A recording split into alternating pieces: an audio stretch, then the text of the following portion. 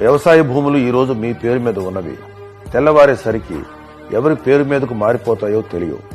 మీ పొలం ఎక్కడో పులివిందలపేటలో ఉన్న వాళ్లకు, తాడేపల్లి కోటలో ఉన్న వాళ్ల మనుషులకు వెళ్లిపోతాయి.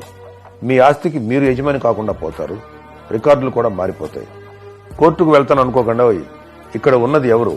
హింసించే రాజు 23వ పులకేసి. నా రాజ్యంలో కోర్టులేమిటి అని 563 సివిల్ కోర్టులకి భూ యాజమాన్య వివాదాలపై విచారించి తీర్పు ఇచ్చే అధికారం లేకుండా చేసి పారేశాడు.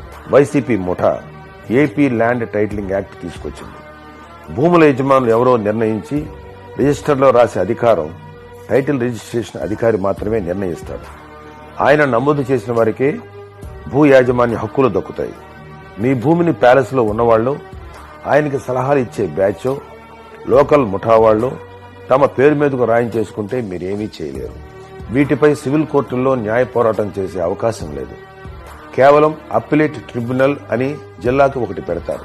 అక్కడికి మాత్రమే వెళ్లాలి. అక్కడ కూడా మీ భూమి మీది కాదు అంటే అప్పుడు హైకోర్టుకు వెళ్లాలి.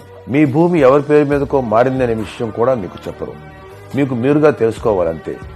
మీ భూమి యజమాని మారిపోయాడని 90 రోజుల్లో తెలుసుకోలేకపోతే ఇక అంతే సంగతులు. పేద, సన్న, చిన్నకారు రైతుల భూములకు రక్షణ ఉండదు. ఇది చీకటి చట్టమని న్యాయవాదులు ప్రజలకు వివరిస్తూ నిరసన చెబితే నెపం లాయర్ల మీదకు నెట్టేసిన గనులు వైసీపీ దండుపాళ్యం బ్యాచ్.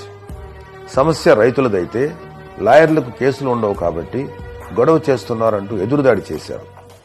వైసీపీ చేసిన ఈ చీకటి చట్టం వల్ల 30 రకాల రెవెన్యూ రికార్డులు ఎందుకు పనికిరాకుండా పోతాయి. పట్టాదారు పాస్బుక్, అడంగల్, 1B లాంటివి నాలిక గీసుకోవడానికి కూడా పనికిరావు అని సాక్షాత్తు రెవెన్యూ వాళ్లే చెబుతున్నారు. ఇన్ని రకాల రెవెన్యూ రికార్డులు ఉంటేనే మీ ఆస్తులు కబ్జా చేసేస్తున్నారు.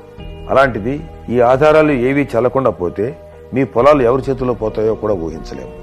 అన్యాయం జరిగితే సివిల్ కోర్టులకు వెళ్లకూడదని, అప్పిలేటుకు మాత్రమే వెళ్లాలని ఈ చీకటి చట్టం చెబుతుంది. అక్కడ కూడా న్యాయం జరగకపోతే హైకోర్టుకు మాత్రమే వెళ్లాలి. ఒక సాధారణ రైతు ఇన్ని తెప్పలు పడగలడా? ఇన్ని ఇష్యూలని ఫేస్ చేయగలడా? రాష్ట్రంలో అత్యధికంగా ఉన్నవి చిన్న కమతాలే. అంటే చిన్న, సన్నకారు రైతులు. ఎస్సీ, ఎస్టీ, బీసీ వర్గాల చేతిలో ఉన్న పొలాలను చట్ట ప్రకారం గుంజుకోవాలనే దురుద్దేశంతో YCP AP land titling act తీసుకొచ్చింది.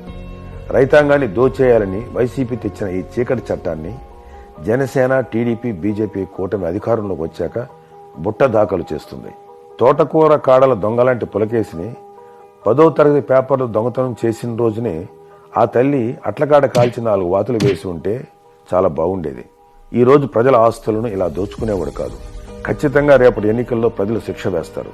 అప్పుడు పులకేసి, అమ్మా పేపర్లు దోచినాడే చెప్పకపోతివే అని ఏడుస్తాడు. మీ నాగబాబు. జై హింద్, జై జనసేన.